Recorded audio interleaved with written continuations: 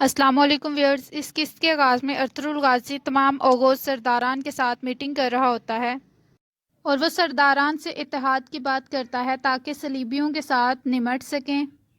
کچھ سرداران ارطغرل سے پوچھتے ہیں کہ جاندار صاحب اور آپ کے درمیان کوئی ایسی چیز تو نہیں جس سے اختلاف ہو؟ اورال کہتا ہے ہمارے لیے سلطنت اور روایت سے زیادہ کچھ بھی اہم نہیں ہے اور ہم یہاں پہ ارطغرل کے ارادے جاننے کے لیے آئے ہیں۔ ابھی یہ بات ہو رہی ہوتی ہے کہ سعادتین کوپیک کے سپاہی دروازہ کھول کر اندر آ جاتے ہیں۔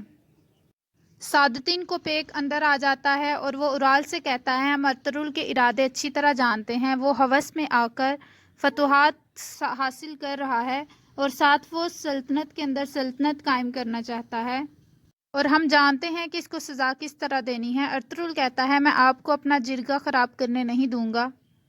سعادتین کوپیک کہتا ہے میں یہاں اس لیے آیا ہوں تاکہ تمہیں سلطان علاؤدین کی طرف سے ان کی مہر بند ہوا خط دے سکوں جس میں انہوں نے اس سرائے کو فتح کرنے کے لیے تمہیں طاقتور سمجھا ہے، لیکن مجھے یہاں آ کر تمہارے ارادوں کا پتہ چلا ہے۔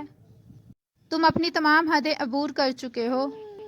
تم ہمارے علم میں لائے بغیر کیسے تمام سرداران کو اکٹھا کر کے جرگہ بلا سکتے ہو؟ میں تمہارے لیے خوشی کی وجہ بن کر آنا چاہتا تھا، لیکن تم نے کیا کیا؟ تم ہماری ریاست کے خلاف جا رہے ہو اور جاندار صاحب نے ریاست کے ساتھ وفاداری کا ثبوت دیا کیونکہ وہ اس جرگے میں شامل نہیں ہوئے۔ ارطغرل جواب میں کہتا ہے یہ ہمارے ایمان کا حصہ ہے کہ ریاست کے ساتھ وفادار رہنا، میں نے آپ کی کوئی نافرمانی نہیں کی۔ ہم اپنی جانیں بھی ریاست کے لیے قربان کر سکتے ہیں اور ہم یہی کرتے آئے ہیں۔ جس راستے کو میں سمجھتا ہوں ٹھیک ہے میں اس راستے سے کبھی بھی نہیں ہٹوں گا۔ میں سلیمان شاہ کا بیٹا ارطغرل، میں نے اپنا دل اس کٹھن رستے پر لگایا ہے جس کا ہمارے امیر نے ہمیں حکم دیا ہے اور جس پر اللہ تعالیٰ بھی خوش ہوتا ہے، اور اس مقصد کے لیے ہم اپنی جانیں، خون اور زندگیاں قربان کریں گے۔ پھر ارطغرل سعادتین کوپیک کے قریب آ کر کہتا ہے کہ میرے خلاف مت جانا جیسے تم نے ماضی میں کیا، اس دفعہ میں یہ سب کچھ نہیں ہونے دوں گا۔ اس دفعہ اگر تم ہمارے درمیان پہاڑ بھی لا کر کھڑے کر دو گے تو تم میرے غضب سے نہیں بچ پاؤ گے۔ سعادتین کوپیک کہتا ہے ارطغرل میں واپس آؤں گا اور جس دن میں واپس آؤں گا وہ دن تمہارے لیے ڈراؤنا خواب بن جائے گا اور تم یہ سہ نہیں سکو گے۔ یہ کہہ کر وہ اپنے سپاہی کو اشارہ کرتا ہے اور وہاں سے چلا جاتا ہے۔ ارطغرل خاموش رہتا ہے اور تمام سرداران یہ دیکھنے کے بعد وہاں سے چلے جاتے ہیں۔ ارطغرل اور اس کے سپاہی پیچھے رہ جاتے ہیں۔ ارطغرل انتہائی غصے میں ہوتا ہے کیونکہ سعادتین کوپیک کی وجہ سے اس کا جرگہ ختم ہو جاتا ہے اور جو وہ بات کہنا چاہتا ہے وہ کہہ نہیں پاتا۔ دوسری طرف سونے کی کان میں حاجہ طوریان اور ارطغرل کے باقی سپاہی موجود ہوتے ہیں اور وہ سونا نکال کر سپاہیوں کو دی جا رہا ہوتا ہے اور کچھ سپاہی سونے کو پگھلانے میں مصروف ہوتے ہیں۔ اتنے میں حملہ ہوتا ہے اور کچھ سپاہیوں کو تیر آ کر لگتا ہے۔ حاجہ طوریان کہتا ہے حملہ ہو گیا ہے، سپاہیوں اپنے ہتھیار تھام لو۔ دوسری طرف ارطغرل غصے میں سرائے میں موجود ہوتا ہے۔ بمسی کہتا ہے کہ یہ انتہائی فضول آدمی کہاں سے آ گیا؟ آرتوک صاحب کہتے ہیں ایسا لگتا ہے کہ یہ بد اخلاق گھمنڈی آدمی اسی انتظار میں تھا۔ صاف طور پر اس کی نیت ظاہر ہے، وہ ترک سرداران کی سامنے آپ کو ذلیل کرنا چاہتا تھا، آپ کی ساکھ کو نقصان پہنچانا چاہتا تھا۔ اتنے میں ایک تاجر آتا ہے، بمسی اس کو پکڑ لیتا ہے۔ ارطغرل کہتا ہے بات سننے دو۔ وہ تاجر کہتا ہے میں زخمی ہوں، میرے تمام قافلے پر حملہ ہوا ہے، میں یہاں بازار میں آ رہا تھا، آپ نے ہماری حفاظت کی ذمہ داری اٹھائی تھی لیکن ڈاکو ابھی بھی آوارہ گردوں کی طرح گھوم رہے ہیں۔ ارطغرل کہتا ہے تمہارا جتنا نقصان ہوگا میں اس کا ہرجانہ ادا کروں گا۔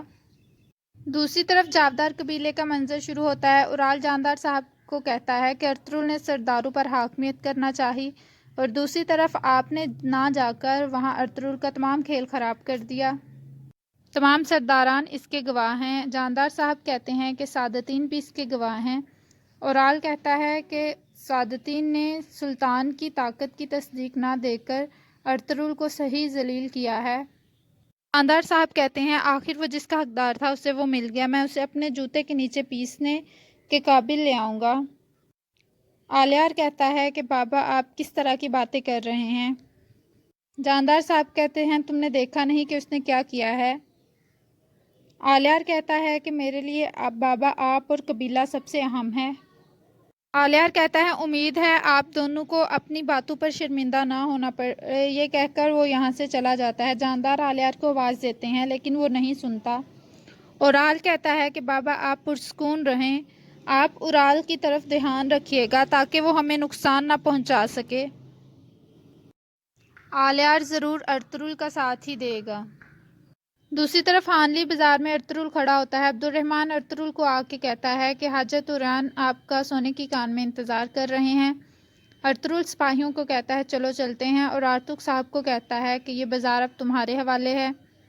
آرتک صاحب کہتے ہیں کہ آپ فکر مند نہ ہو، اور پھر وہ سلطان کے جاسوس سے ہونے والی ملاقات کے بارے میں آرتک صاحب کو بتاتے ہیں۔ اوپر سے حلیمہ آ جاتی ہے۔ حلیمہ کہتی ہے آپ نے مجھے بلایا تھا۔ ارطغرل کہتا ہے کہ کارخانے میں اسلحان خاتون سے ایک تمہارا جھگڑا ہوا تھا، کیا جو میں نے سنا ہے وہ سچ ہے؟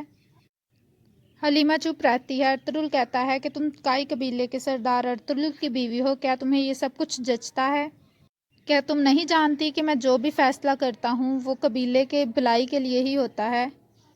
حلیمہ کہتی ہے جی میں جانتی ہوں۔ ارطغرل کہتا ہے پھر تم اس کی مناسبت سے باقی لوگوں کے ساتھ پیش آؤ۔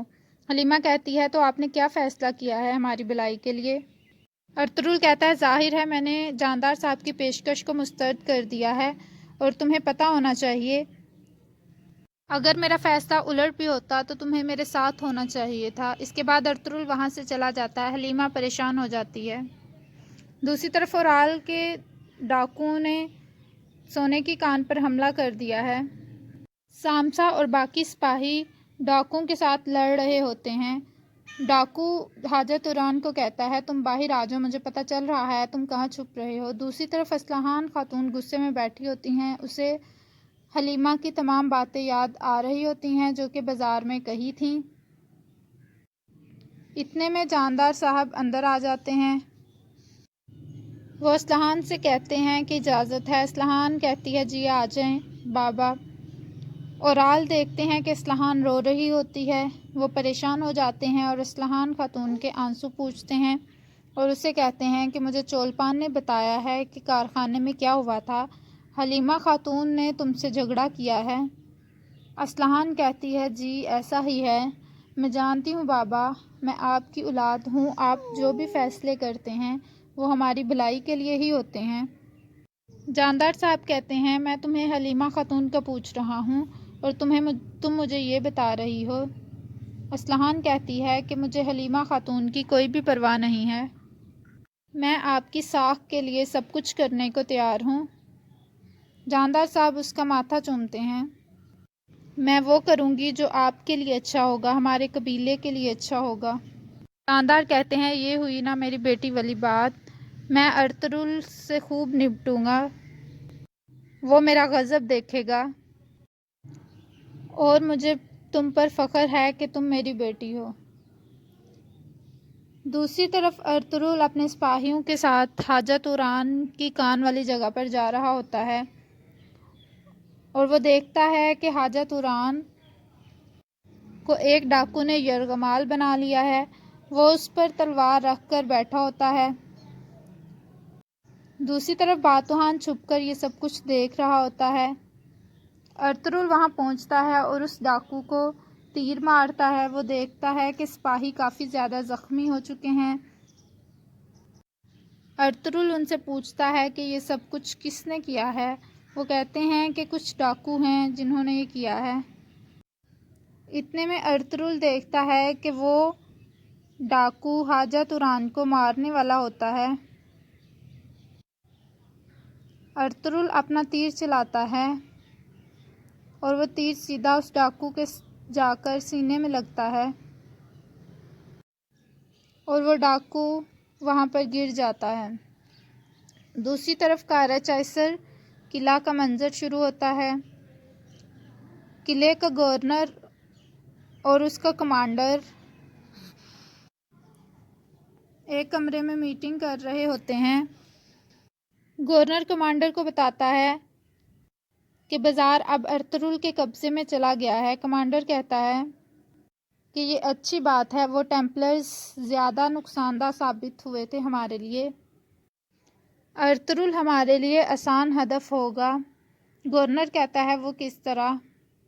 کمانڈر کہتا ہے کہ ترک لوگ جو ہوتے ہیں وہ حسد کرتے ہیں اور وہ طاقت حاصل کرنے کے لیے کچھ بھی کر سکتے ہیں۔